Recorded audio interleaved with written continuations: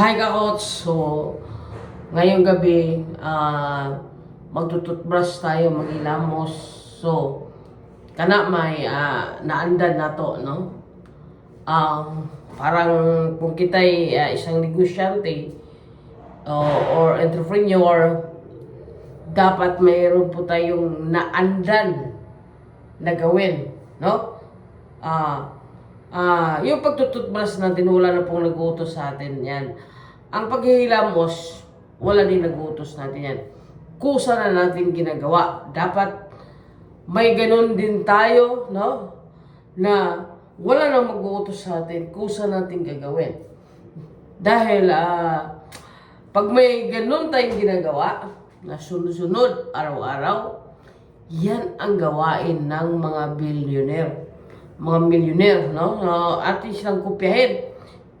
Wala pong milyonaryo, no? Na hindi nagbabasa ng libro. So, araw-araw, mayroon po silang ginagawa. Ang iba dyan, 30 minutes. Ang iba dyan, isang chapter. Ang iba dyan, 20 minutes. So, yan ang ginawa nilang kagawian, no? Ano pang ginagawa ng mga billionaire, no? Mayroon po silang sport, no? Yung kahiligan, no? Na kailangan na araw-araw gagawin nila para sa katawan nila, yung pag-exercise, no? Pag-exercise. Makikita natin, nagja-jogging sila, nag-walking, nag-gym. So, madalas, araw-araw, sunod-sunod, no? Minsan, hindi naman perfecto, no? Pero hindi sila tumigil, no? Tulad ng pagtututbrush, minsan tinatamad tayo magtutbrush, mayroong isang araw hindi tayo nakapagtutbrush, ayaw natin kumilos, normal yan. So pero, hindi natin hininto, tuloy-tuloy. Gaya na itong pagja-jogging, no? Para sa katawan natin, no? Ang karamihan ng mindset ng tao, magja-jogging, mag-walking, para po ito'y papayat. Pag ito'y hindi na siya papayat, ay na-discourage na, hindi na babalik.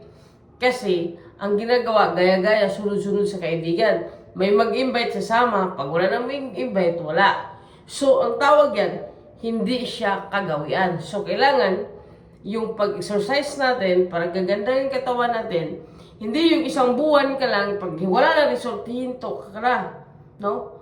Dapat araw-araw, mag-jogging, every other day, yan. So, hindi ka huminto, parang nagtututbrush, parang naglilamos, parang nagsushuwer, para may resulta, no?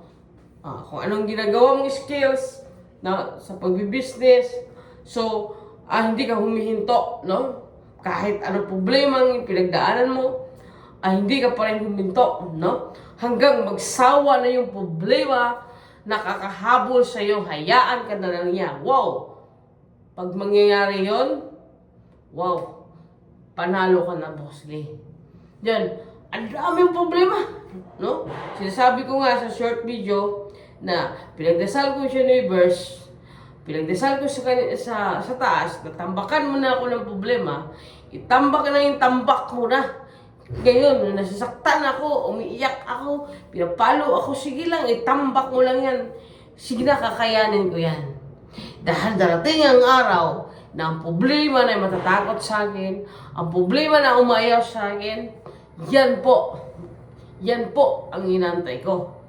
Dahil niniwala po akong darating ang panahon na ang problema na aayaw sa akin. Kaya lagi pong, kung ano yung mga negative na sa aking katawan ay ito'y nawawala. Sila na ang umaayaw, no? Bisyo, no? Sila ang umaayaw, no? Pag ang bisyo na yung umaayaw sa iyo, wow. Di ba? Ganun yun. So, tayo, ang problema ganun din. Naniwala po kung darating ang panahon, sila po'y aayaw sa iyo. Dahil kahit ang tinambak mo nila problema dyan, sinasalo mo hanggang natuto ka, hanggang tumitibay ka, hanggang lumalakas ka, wow! sila na ang aalis dyan. No? Ayan, so tuloy na lang po natin itong ating paghihilamot. Nakita ko sa inyo yung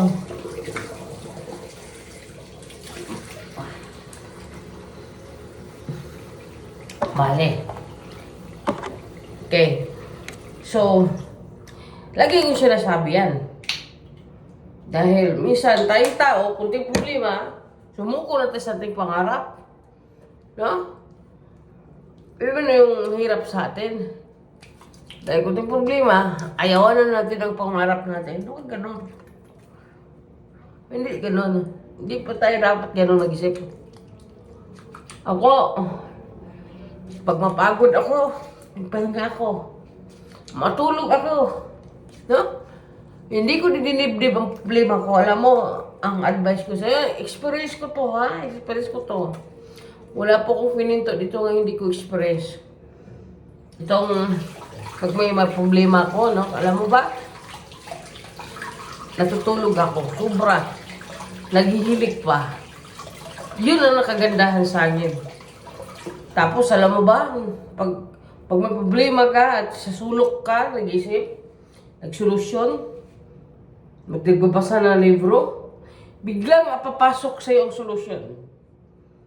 Yan talaga yung, ano ko, hindi ko makakalimutan. Bigla siyang pumasok. Bigla siyang pumasok. Yun yung aking, aking experience. So, nasolusyonan. Kaya, minsan ang tao, takot sa problema, hindi na siya grateful. May kontra problema, reklamo. No?